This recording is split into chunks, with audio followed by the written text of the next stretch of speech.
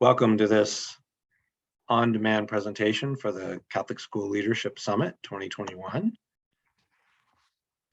Our presentation today is about a research study that we're in the process of doing with Latino students and parents about how they're being welcomed and included in 8 Catholic high schools in 1 diocese. The title of our research project, Understanding the Latino-Latina Student and Parent Experience in Catholic High Schools in a U.S. Diocese. This presentation focuses on 2 of the Catholic Leadership Summit 2021 themes: parent perceptions of Catholic education, as well as student enrollment issues. My name is Father Tom Simons. I teach in the education department at Creighton, primarily preparing people to be high school teachers. And I've done a lot of research on leadership issues in Catholic education, and this is certainly a key leadership issue. How do we welcome and include Latina students in our Catholic high schools and increase the number of students in the school? It's really, for a lot of schools, it's an enrollment management issue, and there's a lot of talk and a lot of activities around the country. And so we're looking at a diocese today that's just getting started on being more formal about how to include Latino students in their schools. And so we're excited to share this information with you. And I'll let Father Renzo Rosales introduce himself, and then Dr. Karen Applegate from Creighton introduce herself after Father Renzo. I am Father Renzo Rosales. I am a cultural anthropologist. Also, I am a faculty member here at Creighton University, and I have been working also as teacher in Catholic schools in El Salvador for years, and also working doing research and field work in Central America and Puerto Rico. So also it's a pleasure to participate in this exchange of ideas and experiences. Karen? Thank you and welcome. My name is Dr. Karen Applegate. I am also a assistant professor at Creighton University in the Department of Education. I teach elementary school pre-service teachers, and one area of research that I have engaged in is also about preparing pre-service teachers of color to be ready for the classroom and to help schools and cooperating teachers also understand the needs of pre-service and in-service teachers of color. So I'm also excited to be here. I was also a teacher in Catholic schools in a diocese before coming to Creighton. So happy to share this information. Great. So this is our presenter panel, and again, we welcome you to the presentation. These are the 2 objectives we have today in our presentation. These are going to be kind of the takeaway things that you get from the presentation. You're going to learn a new strategy to encourage Latino and Latina parent involvement as we talk about the data, and then our recommendations. You're going to learn about that and have a chance to discuss what that might look like in your school or in your school system. And you're also going to learn about some tips, some strategies that you can share with teachers and school leaders to facilitate greater inclusion of the Latino students in your schools. If you want to take some notes, we suggest you might want to take some notes on this presentation. So if you need to do that, since this is an on-demand webinar, you have the opportunity to pause it and come back to it. So if you need to get set up to take notes, you can do that now. This study originated when people from the diocese that we are working in came to us and asked us if we could help them think about and learn about the feelings of Latina students and parents. Are they feeling welcomed and involved? And coming out of that, what strategies they might use in the schools to help the Latino students feel greater welcome, greater involvement, greater integration. There's going to be 3 parts to our study. We've done the first part, which is qualitative focus groups and interviews. We've completed that stage, and that data from the focus groups and the interviews, that's what forming our presentation today. And we chose the focus groups and interviews because that allowed the voices of the parents and the students to really come forth and to get that deeper data beyond numbers. Quantitative data is important, but the qualitative data to start out with really helps us to see the details of what does it mean to say that I don't feel welcome at the school? What specific comments, what specific context? And you'll be hearing some of that in the presentation today. The next stage will be a group concept mapping activity, which is an activity kind of like it's not exactly a survey, but it's an online activity that students complete based on prompts that we developed out of the group focus groups and interviews. So we'll be able to get a sense of consistency from the focus groups and interviews if those same experiences, positive and negative, are consistent for the larger group of all the Latino students in the 8 Catholic high schools. So I'm going to turn it over to Renzo and Karen to get going on the data and the details of the study. Yes, so practically this study has been a long-term process that required constant meetings between us and members and representative of the Office of Catholic Schools in this diocese. So the process consisted in stages that include recruitment, the data collection of information, and also the collection, the transcription of the interviews, and then the analysis of that interview. Then from there we collected, we assumed our final findings. But there was a preamble, as Father Tom Simons presented. We have first an experience of being approached by the Office of the Latino School Enrollment. So to provide an academic assessment about the experience of Latino students in Catholic schools.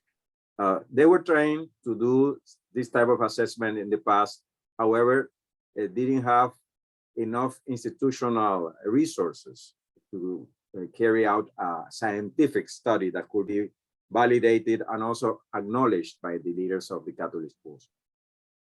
So by receiving our support, they felt the professional and scientific credentials to provide valuable information to the leaders of the Catholic school systems here in Omaha.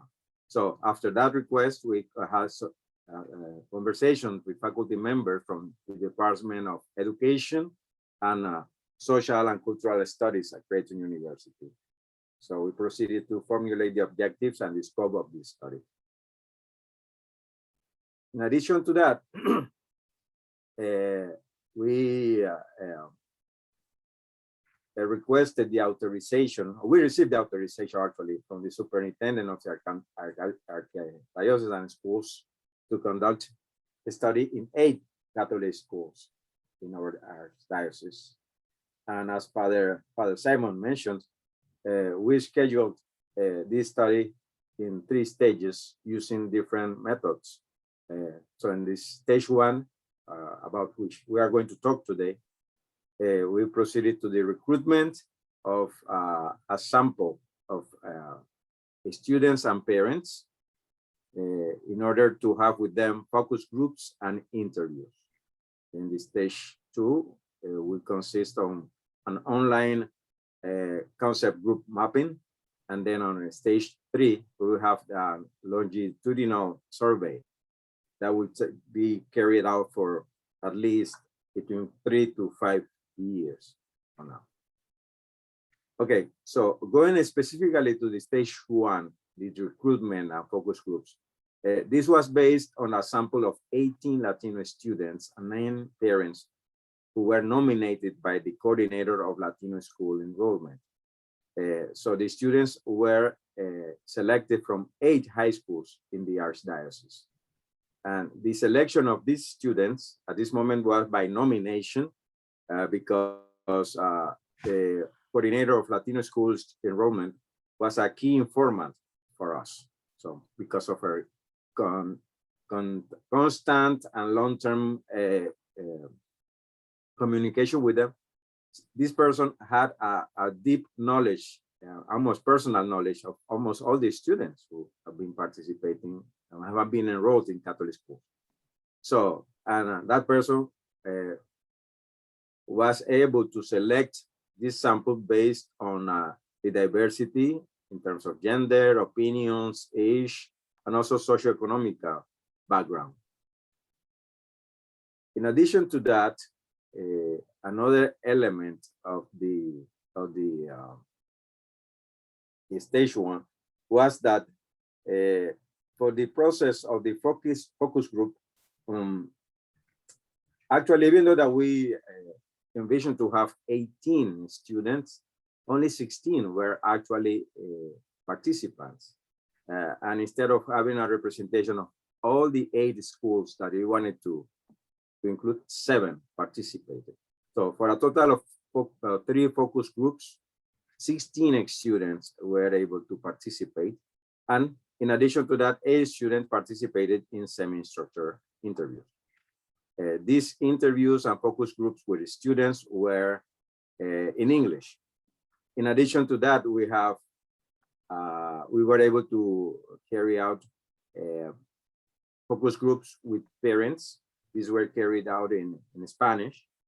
9 parents were participants, representing 7 out of the 8 schools. So I was, as you can tell, one of the Spanish speakers who were interviewing the parents in this Spanish session. Okay, thank you, Renzo. And so I'm going to give you some more details about the actual interviews and the recording and transcription that took place for us to collect our initial qualitative information. The focus groups, first of all, our rationale, as Father Tom mentioned earlier, was that our research is really aimed at promoting social justice and welcoming of students of Latino background. And so we decided that to begin with interviews and focus groups was important because we wanted to prioritize their voices and the voices of their parents. And as was mentioned before, it was a nice group to come together because not only did they have a diversity of age and gender and schools, their experience were also different. And it should be noted that there were students in this group who had actually chosen to leave Catholic schools. So we were not just asking students who had had positive experiences to join the focus groups. We really had a nice selection.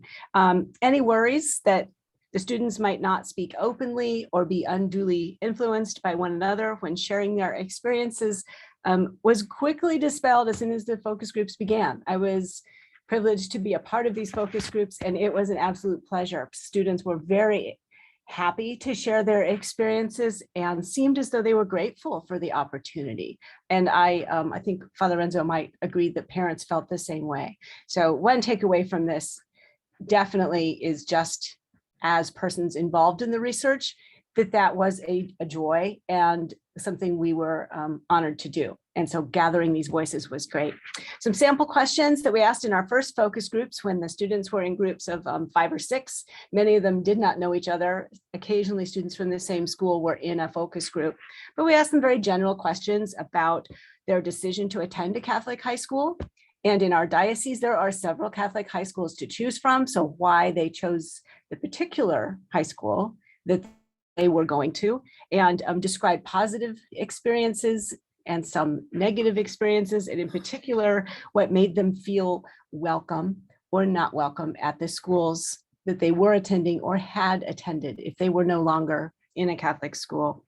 And we also wanted to know who or what made a positive difference in their decision to stay at that school or to feel welcome at that school. And so there were 8 questions total. And I think that contact information will be shared with this video. So if someone is interested in those specific questions, Father Simon's email will be there. And from those focus groups, then the interviewers could glean that there were some students who seemed to have more to share or might have some experiences that we wanted to dig a little deeper with and go beyond. And so from those initial 16 students, 8 of them came back for individual interviews. And in those, the sample questions for them were very much like the first set of questions. What were your experiences And but we asked them to give us more specifics, to name those things that help them feel welcome, or obstacles to feeling welcome at their school.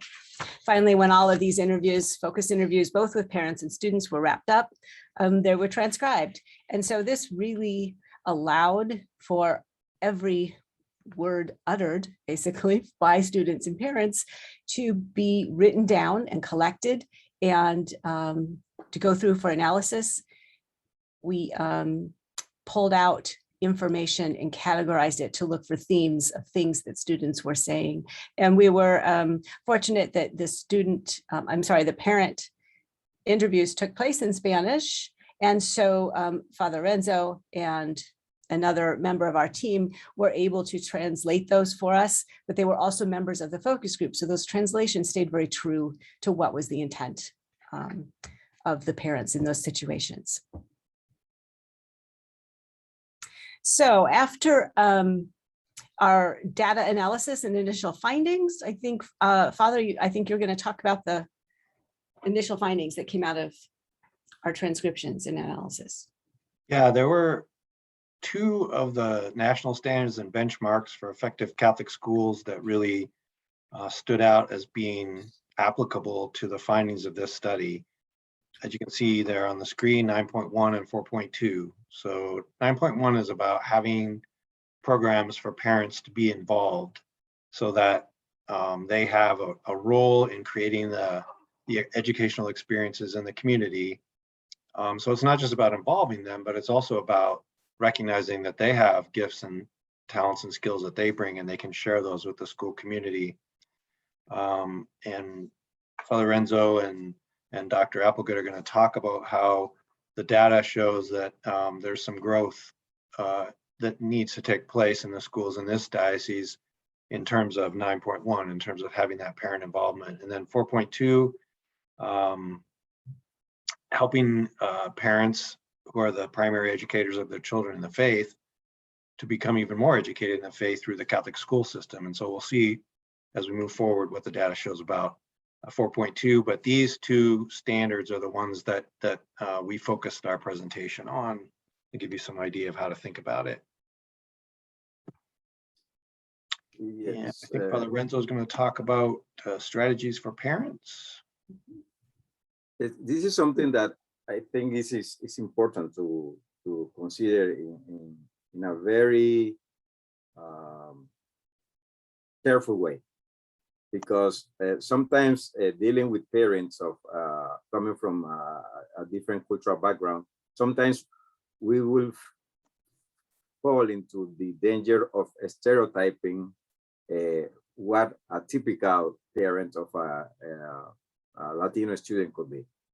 And remembering that we talk about Latino students, so from Latin America, from many other countries, and each country has its own idiosyncrasy, its own culture, that sometimes is difficult to accept from an outsider. So that's one thing. So it's important then also to understand not only the different cultural backgrounds of people from Latin America, but also socioeconomic backgrounds. So it's important then to have, yes, bilingual communication with the parents, but also it's important to figure out a way to get their opinion about different activities that could help them to make a contribution to the institution, to the school. I remember working or helping in a research on a parish some years ago, in which one member of the Latino community was talking about their differences with the Anglo community. They said, for example, he said, well, sometimes they ask us in a parish, they ask us for make a financial contribution. That won't be a problem, but for many of us, it's not just about writing a check. It's important for us also to socialize. So we can collaborate with money, but around a table, we can have a meal, we can have something that also we can feel that we are also socializing and being part of the institution, or being part of the church in that case. So how we can integrate this element that is important, that and probably common to most of the Latino community, regardless of nationality, that could be also a positive addition to the experience of the students that are not Latino, as part of how we engage, but also how we grow as an intercultural institution. So I wonder how in your institution, in your school, in your diocese, you could organize a forum with parents to get also their inputs. So, or what kind of activities could be done. So I will leave you with a couple of minutes so that you can think about it. We can take a pause and then you can, discuss in groups or write notes and think about it. What could be your experience? Great, thanks. Karen, I think you're going to do this next section. Yes. So just as the former two standards were areas of growth that we found in speaking with students and parents, one area of strength that we came across was that faculty and professional support staff demonstrate and continuously improve knowledge and skills necessary for effective instruction, cultural sensitivity, and modeling gospel values. It was edifying for us to come across that this was a strength. Certainly there are still things to be done, but one of the benefits of asking students and parents about their experiences is that as a diocese, we could identify these strengths and weaknesses, which is why we strongly advocate superintendents, principals, administrators who might be watching to ask, to get this kind of information and find out where your own strengths or needs might lie. So as an area of strength, students often said in their focus group or in their individual interviews that they felt their teachers offered extra help and understood stress, and additionally were willing to listen. And when it came to offering extra help, they said things like, I think all of the teachers have made this a good experience for me because they tell you that if you need help, you can reach out to them. And that's what I did. Every time I would go and ask for help, they would gladly do it and would always say, if you need more help, just come back. I will help you. So that came up. That's one example of what a student said, but that was a theme across responses from students. Another thing that came up as a theme in our talking with students is that transition in our schools, they transition into high school at 9th grade. And that transition from middle school to high school in and of itself can be academically rigorous and more stressful than it was in middle school or in their K-8 Catholic school. So that is something particular to our diocese that you may or may not find similar. But there certainly is an academic level that seemed to jump. And this, in that they were very cognizant of the idea that teachers understood that as well. And one student said, there are many teachers who are nice and understand that we get stressed. So they give us a little, when they give us, they might give us less homework and more time to do projects. They listen to us and understand. And the last one goes along with both of these. There are certain teachers I know I can go and talk to about problems or anything that I see going on at school. And that seemed to be key, that almost without fail, every student could identify at least one teacher they knew they could trust. And we know that from research that that's very important for students to know they have that person. So as leaders in buildings, it's important to know who those teachers are and reach out to them as possible leaders among other staff members as well. And how does that happen? And what are the things that they are doing? Dig into that and see what their strengths are. So possible strategies you might consider is knowing that Latino students appreciate adults who actively check in with them and perhaps have a system for that, not only for Latino students, but all students, but they are making sure they're okay. School-wide traditions came up as something that students often appreciated and made them feel welcome. And these didn't necessarily have to do with cultural traditions, but things like retreats, big brother, big sister programs, regular picnics. They have a shadowing program, and lots of students mentioned that that was an important part of getting used to the idea of going to a Catholic high school, that in 8th grade, they might go for a day and shadow. And those tended to be very positive experiences. And they noted appreciation for teachers who had cultural sensitivity, that knew when they were talking about topics that are in the news, like immigration and elections, that they had teachers who were sensitive to the idea that there would be differing views in a classroom, and found ways for that to happen with less tension and with acceptance. And finally, almost all students who talked could identify the teachers in their building who spoke Spanish or were a teacher of color, whether it was a Latino teacher or a Black teacher or Asian, just simply understanding that there were others in the buildings that they could identify with at that level. That was very important. And they all stressed that it was, in some buildings, only one teacher or two, and that having more teachers like them would be beneficial. So this is a place where you can stop and pause and think about the teacher staff behaviors that are already a strength in your schools, what traditions exist that encourage students to get to know one another personally and feel welcome. Are there any traditions that promote cultural awareness? And how might you be able to help teachers or staff increase their cultural sensitivity? So this is a place to pause if you would like to do that.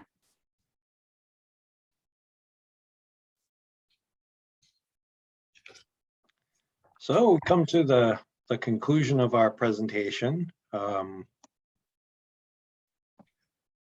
This fall, we just gave a presentation recently to the school leaders from the diocese about the data that we're sharing with you. And the next step is that we're going to do this online group concept mapping activity.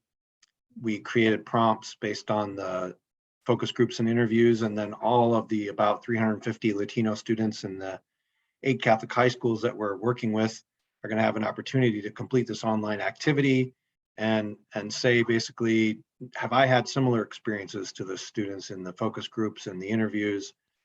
Do I have similar feelings about these things? And so we're going to be able to get a much greater sense in terms of broader number, how consistent our findings will be with this new data.